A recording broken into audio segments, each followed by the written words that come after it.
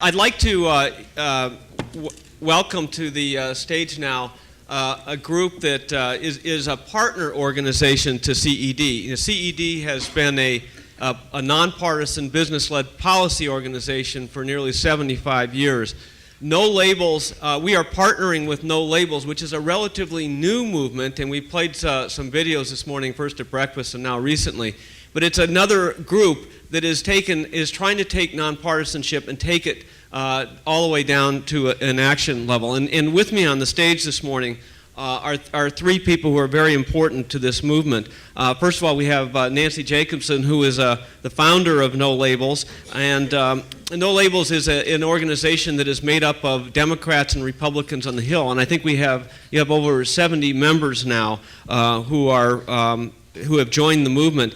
Congressman Schrader is a Democrat representing Oregon's 5th Congressional District, and he's been in office since 2009. He's a former state senator and state representative. We have Adam Kinzinger, a Republican, representing Illinois' 16th District, and prior to Congress, he was a member of the Air Force. So we have two vets up here now. So Congressman Kinzinger is an Air Force vet, but Congressman Schrader, you were a vet. I mean, a veterinarian. I mean, you dealt with real animals before, so you know how to do this up here. So, great preparation for this job, exactly. So, anyway, we wanted to take just the next half hour and introduce No Labels and the movement and what's going on, because this is an organization where they have seen the need for bipartisanship and so forth, and are taking it to the action level. We're sort of this old-fashioned policy organization. We write papers on this stuff, but it's great to partner with the guys who are really getting it done on the job. So Nancy, let me just start with you. So a lot of people know you, but some don't. Nancy, you're a Democratic fundraiser. This is 2010. Your party just knocked it out of the park. You've taken the White House. You've taken the Congress. You have both houses. You control this town. There isn't a Republican to be found anywhere. You should be doing this little victory dance. And yet, at that very moment, you've chosen to found No Labels. Why did you do that? What did you see at that moment? Well, I think one of the big reasons was healthcare being passed without a single Republican vote. I mean, we just knew that was no way to govern, no way to have any sustainable, policies put forth. So, I think for all of those reasons, that's what we knew. We knew we had to bring leaders together. They had to solve their problems together for anything to be sustainable. And you had complete agreement in the room from the D's and the R's. That's amazing. Talk about that meeting and talk about what you're doing with the caucus. Well, I don't think it's as amazing to us as it is maybe to folks out there. I think there's a pent-up demand for trying to work together in Congress. Nancy and No Labels, the grassroots movement that's around the country, saw that, I think, and has lit a fire under members of Congress that are very interested in trying to figure out how to solve some problems. For most of us, that's the reason we have this job. We're not here to proselytize. We're not here because it's the best thing that's ever happened to us. We're here because we care about the country. Adam served in the armed services, the Air Force, and this guy cares. So while we may differ on how some problems may be solved, generally we agree on the problems that are out there. And it's just a function now of starting to listen to one another. The agenda we've got out there now, the strategic agenda that we're trying to make people think about. It's hard to know where you're going. If you're a businessman, you set goals, right? You have a mission statement in your company, and if you don't have that, then how do you know where you're going? What policy should you get your group around? And we're trying to do that for Congress, rather than have hit a few singles here and there all over the field. We're trying to put together a strategy to get runs across the plate at the end of the day. So, this country scores to the panel before us internationally. I think America's in a tough spot right now. Our credo has been damaged a little bit as a result of that recession. I think a lot of countries are surprised at what happened to America, that America led, if you will, the world into this bit of a crisis, and they're trying to, it's a gut check, where do we stand? So groups like us, Adam, myself, and 68 other folks are determined, both Democrats and Republicans, about evenly split, to bring a different dialogue. And I think we saw that the last, just before we went home for the Easter work period, where, frankly, Adam, you can correct me, but the speaker said, the heck with the far right, they're not going to agree with that, anything I offer them. I'll work with the Democrats. And we had an overwhelming vote on SGR, this doc fix thing, so seniors could actually get doctors to see them when they hit the Medicare age. And there was this pent-up demand. I mean, the vote was, 380 to something, and then on the Senate side, 92 to something. It was pretty impressive. That tells me there's pent-up demand in the United States Congress, whether you're a Democrat or whether you're a Republican, and to solve problems. And we formed this Problem Solvers Caucus to do that and lend a little different discussion. Matter of fact, I suggest that Nancy and Adam and I help tee up that SGR discussion by saying, there are a determined group of bipartisan, nonpartisan members wanting this major issue dealt with, and hopefully that gave the Speaker and the Minority Leader some juice to step up and do it. So, Congressman Kinzinger, you are viewed. I mean, you're a staple on Fox News. You're viewed as one of those guys on the right who shouldn't be giving into any of this stuff. What's with that? And so why are you here? Why are you part of this? I need you to tell my conservative base that. So they hear I'm a conservative too. No, look, it's I came out here because I'm passionate about the future of the country. I'm not saying that as like a cool line to say in politics. I'm not saying that because you guys will sit out there and go, oh, that's really nice, but really I just care about my job. I mean, look, I was flying jets for the Air Force. I still do it in the reserves. That's my favorite job. Flying for the military is the best thing ever. And if God came down and said, Adam, I don't care if you fly for the military or if you're in Congress, just take your pick of whatever job you enjoy the most, you'll have the same impact. I'd go back to flying for the military in a second. This job isn't overly particularly fun, but flying is. But what happened is in 09 I was in Iraq, and I remember thinking there were a lot of things going on in this town that I didn't agree with as a Republican. And I just remember thinking, look, if I'm willing to fight and die for my country, I have to be willing to fight for it back home.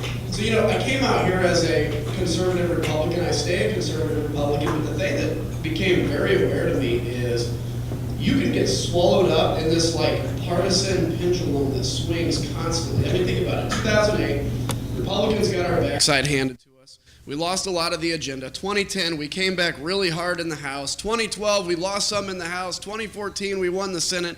I mean, we could continue in this wild swing situation to where, every day goes by and you don't know what the next day is going to look like. Or I kind of realized you're never going to be able to govern and get some big things done. And this is where No Labels came along and said, look, we can all agree on what the end state is. We'd love to create 25 million jobs. We want energy security. We want Social Security and Medicare to be strong, and we want a federal balanced budget. It's the minutia in the details of how we get there, which is what's controversial, not the goals, the process.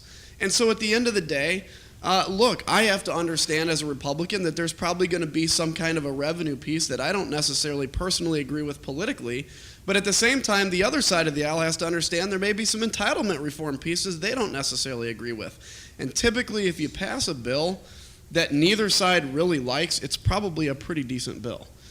We've seen that with some of the things in the past. So, yeah, look, I came out here because I wanted to achieve something, and I realized that getting stuck in partisan ruts achieves nothing except maybe allowing you to go home and talk to your base and be a hero, but it doesn't allow you to go home and really say that you govern this country. And Congressman Schrader, you were a veterinarian. I mean, you were I'm still a veterinarian. You're still a veterinarian. That's right. It's like riding a bicycle, right? So no, but so you were a small businessman. I mean, you were dealing with payroll, you were taking care of customers. I mean, you weren't born a politician, and so you saw sort of the same thing here. And by the way, you're from Oregon. You're about as far away from this town as you can get, and Thank still goodness. be in the country. But you came here for the same thing because you saw the issues that were hitting business, and we've got a lot of business folks here in the room today. So you have a unique view of this whole situation as well. Well, yeah, I'm like Adam. My best days were when I was a veterinarian. I mean, that's once you're a veterinarian, that's just, in my day and age, it wasn't just a job; it was a lifestyle. It defined who you were, and oftentimes how you approach things. And you had you had the business aspects. I mean, when you meet a payroll, that changes you forever. Yeah, I mean, that makes you view things totally differently than folks that have not had to meet a payroll. You know, and I'm a small businessman, so there were times I didn't get paid, you know, as well, or frankly at all, because you're taking care of your staff and stuff. And so you have a very different view of the business community than most Democrats. You know, socially, I couldn't go where some of my Republican colleagues could. So, you know, I became a Democrat. And it was pretty clear to me that they needed people that, frankly, could understand both sides of these issues. I was told early on when I was running for the part-time gig, state rep at the State House in the great state of Oregon, that I was not going to be satisfied because I was an outlier as a moderate Democrat, one that saw value in what Adam and some of his colleagues would say, to Adam's point, trying to get things done. But the folks in my district, again, I think the country writ large want to see that type of problem solving, the fact you're willing to entertain the other side's point of view. I come from one of the few districts left in this country that's actually competitive. Out of the 435 districts in the United States, House of Representatives, there's probably 35 that are actually, you know, moderately competitive, +3, -3 as far as the Democrat-Republican indices that we have out there. And it makes you look at things differently. You can't be in right field or left field. And as a veterinarian, you could never have just, you know, be in right field or left field. You had to, you know, learn to talk to people, understand their problems. You had to be a good listener. And if I was to say there's one big criticism of the United States Congress, is we don't listen. You know, we're good at talking. You know, I talk a hell of a lot more now than I used to, that's for sure. But I also try and listen a little bit. When Adam or some of my friends talk, I mean, you have to be able to do that. But United States Congress is a great place to be if you're trying to make a difference. But there's not a lot of job security, so I keep my active veterinary license just in case. So Nancy, this whole no labels thing that you created then it's not a third party. It's not a third way. It is an attempt to bring Democrats and Republicans together at a time when we need that and focus. And Congressman Schrader was talking about objectives in business, and you've laid out a national strategic agenda with 4 objectives. Can you just talk about those 4 objectives and why that's so important? Yeah, I mean, what we're pushing is this notion of goal setting, that really, truly, you know, probably looking to the next president in the first 100 days, if we could start getting our leaders, you know, in the Congress and our next president agreeing to setting goals as the first step in the policy process and then getting into specifics so that we can have a framework for decision making, because the feeling is there is no framework for that. So we're focused on that. We're focused on these 4 goals that were mentioned up there: the 25 million new jobs in the next decade, the secure Social Security and Medicare for the next 75 years, energy security by 2024, and balance the budget by 2030. We have a congressional resolution that you may want to, Kurt, you may want to talk about, that just got introduced last week, that's starting to gain support, and we have a Senate hearing coming up for it, but you may want to mention. Well, yeah, we're very excited about the opportunity to bring, hopefully, a more intellectual discussion to the United States Congress and focus people's interests along what we see are lines of obvious, you know, need. Adam talked about it. I think, like Nancy's saying, if we can get enough Democrat and Republican support in the United States Congress, particularly in the House of Representatives, I think we can gin up, hopefully, a discussion in the presidential campaign about where this country's going. How do we be competitive in the 21st century? How do we make sure this is the place you want to invest because we're on a solid financial footing? I agree with Adam. Our debt deficit are out of control, and we've got to find a way to get at that. And as Adam pointed out, it's entitlement reform and revenue, and that's very difficult for both teams to work on. But this group that Nancy's put together, the No Labels group, we're committed to listening to each other and actually trying to reach across the aisle and make it happen, get these co-sponsorships. So, Congressman Kinzinger, 4 goals: jobs, energy, entitlement, budget. Do you know of any Republicans in your caucus that cannot align with those goals? No, and I think that's the point, is the end state. We all agree with the end state. We all agree with where we want to go. It's the minutia and getting to there that's the battle, and that's why a group like No Labels is huge. And the one thing I want to add to that is this. You know, I've taken some votes where literally I've sat at the voting machine and I voted yes, and I go, well, I might lose my next election, right? Some pretty tough ones that were very controversial at the moment. I'm going to say two things to that. Number one, I've also, basically, in essence, theoretically saluted the casket of 18 and 19-year-olds that come back from Afghanistan. And I see members of Congress all the time that say how great it is, that we have a country where people are willing to die to defend it, even though unfortunately that's needed, but then they're unwilling to give up their career for the exact same cause. I mean, I have an absolute lack of respect for anybody that's unwilling to give up their career, but then makes a big to-do about people that give up their lives. But secondly, the thing I realized is those tough votes that I said, this are probably career-ending. At the end of the day, when I'm out stumping for re-election, those are the votes I was most proud of. Because I talk about taking a strong leadership stand, and I talk about making tough decisions. And I'm sure Kurt can tell you the same thing. The ones that you think are going to be career-ending are the ones that people 5 months later, when the emotion wears out, are like, yeah, that was really brave of you, and that's the kind of leadership we need in this country. And that's where a group like No Labels is extremely important because, look, I'm not the guy that's sitting around worried about where the next, how my campaign funds are coming in, but there are a lot of people that are worried about their reelection. And to show that there is a big, pardon the term, almost unionized group that's going to stand together and say we're going to defend each other has a lot of impact. And I think that's why this plays such a huge role. And Congressman Schrader, the same question: do you know of any Democrat in the U.S. Congress that couldn't align to these goals? Well, go back to Adam's point. The answer is no. The goals are good, but I will say this, and I think Adam would agree. You use certain terms, and all of a sudden people get nervous. You just mentioning Medicare and Social Security, and every Democrat's on edge because they're not sure what you mean. You're going to be whacking away at benefits. They ignore the fact that the benefits are going to get whacked if you don't do something. And if you're a Republican, that's code for Democrats want to raise revenue when you talk about stuff like this. So that minutia is actually pretty important, and unfortunately, that's the devil in detail of politics. We've got to get past that. I would hope, as I mentioned before with the recent votes we've had from leadership, that if leadership is willing to empower folks like Adam and I and many others to come up with a solution that respects both sides' views of these issues, we could solve problems like Social Security, Medicare, drive to a balanced budget, for goodness sakes, put the 25 million jobs. And energy, that should be a no-brainer, for goodness sakes. We need an energy policy in this country that respects all the above. The president sort of talked about it. My Republican colleagues have talked about it. We just need to step up and get behind it. So this is why the National Strategic Agenda is so important, because it starts with goals, to which everybody can align. But it's not something that you've had before. You've been in Congress for 6 years. Have you ever, you've been in business first, where you started with goals, but nobody in Congress has ever started with a goal. You start with, let's slash and burn, or let's raise taxes, but the whole point here is, if you start with the goals, maybe you can make something happen. And I've heard you say this in the meetings on the Hill. So that's the difference on this side. Absolutely, and I think everyone out here understands that. You have to have some sort of mission statement, or you can't get anywhere, not in a coherent manner. We have limited resources here at the federal government. We're trying to live within our budget, believe it or not. I think that's both sides of the aisle. Well, the Republicans are much better at that than my colleagues. My colleagues are good at addition and multiplication. They're not real good at subtraction and division, but we rely on them to be able to do that. So it's the Republicans that are the dividers. No.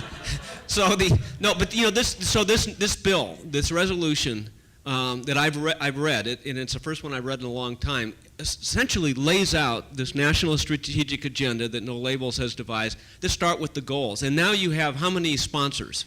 Well, actually, I don't know at this point in time, but I think we're up to like 20 or 30 at this point. 36 at this point. Nancy's on it. It's 36, and it's exactly half and half D's and half R's that are sponsoring it. And Nancy, next you head to the Senate.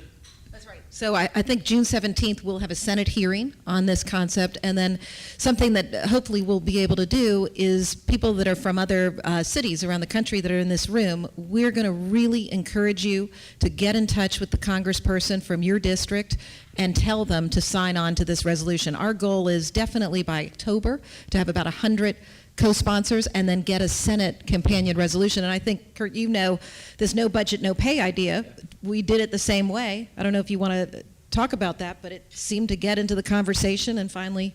another No Labels agenda. I mean, this group is making a difference, believe it or not. The no budget, no pay, well, as you remember, we got to this budget crisis a couple of years ago.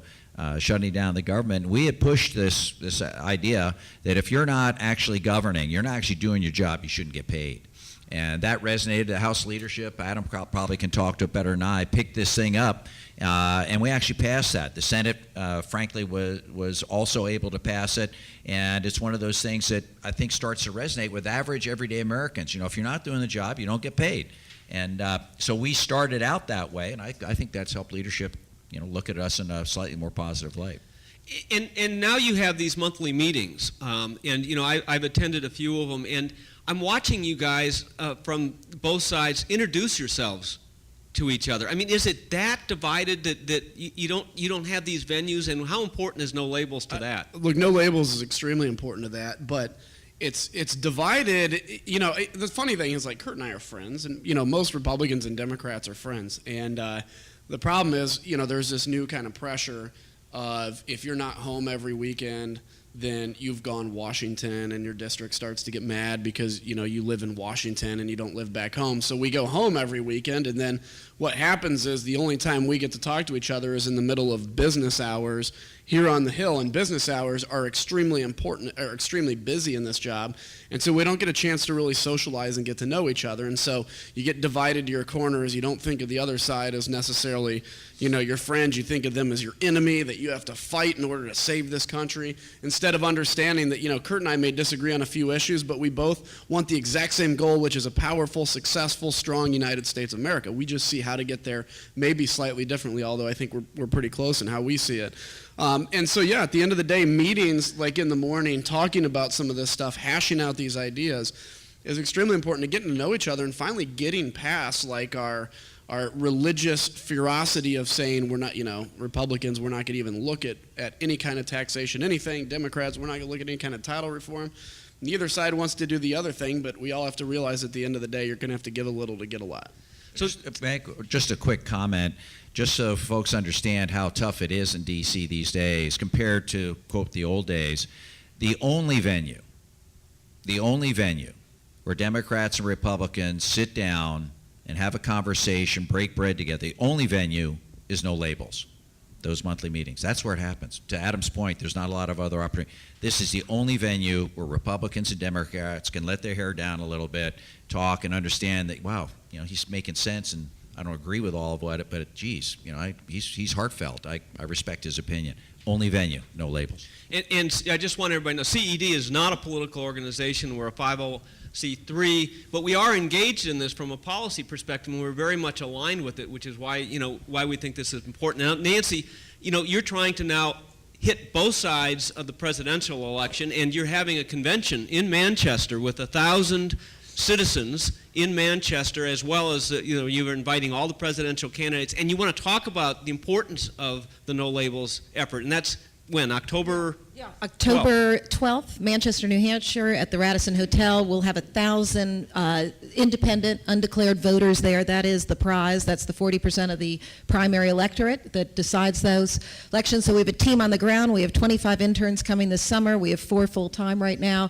In fact, today, before I walked into this room, the woman that is the woman that everybody wants to get to endorse agreed to sign on as our chair of this event. So it's very exciting. We'll have Governor Huntsman, Senator Lieberman, and other leaders, but it will also be an opportunity to primarily also showcase our leaders in Congress, the problem solvers of the Problem Solvers Caucus. So Congressman Schrader and Kinzinger, how do you get the leadership on board with this thing? Because the frustration that I hear from both sides is, gosh, now we're talking to each other, but the leadership is so dedicated. So on one side, the Republicans, will never raise any tax. On the other side, there's nothing that will ever be cut by a Democrat. But how do you get the leadership now talking to each other the way you guys are? So, look, on my side, I can only speak for Boehner and McCarthy and stuff, is, look, at the end of the day, I think they like this movement. I think it allows, you guys know some of the struggle Boehner has had in terms of there's 240 some Republicans, and about 30 of them we call part of the Hell No Caucus, which they won't vote for anything, right? It's like, if it's not 100% pure and perfect, they'll vote no every time because they can go home and you can always defend a no vote.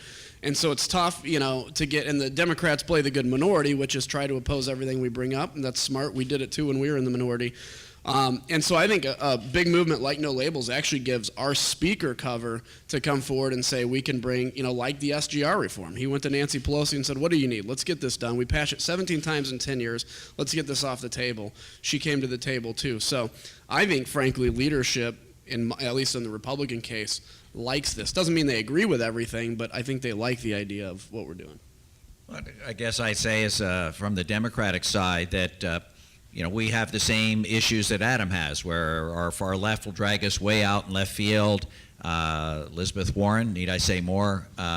It's one of those things that I think when you have a No Labels group like this, a group of people, and by the way, No Labels is not a bunch of moderates. To Adam's point of being a solid conservative, we've got some very liberal members of the United States Congress, Peter Welch, for instance, from Vermont, that are actually in this group. You can be a liberal, you can be a moderate like myself, you can be a conservative like Adam, and as long as you're willing to sit down and listen, that's the only moniker here. We're not, what do you guys call it, we're not squishes, we're not all Rhinos.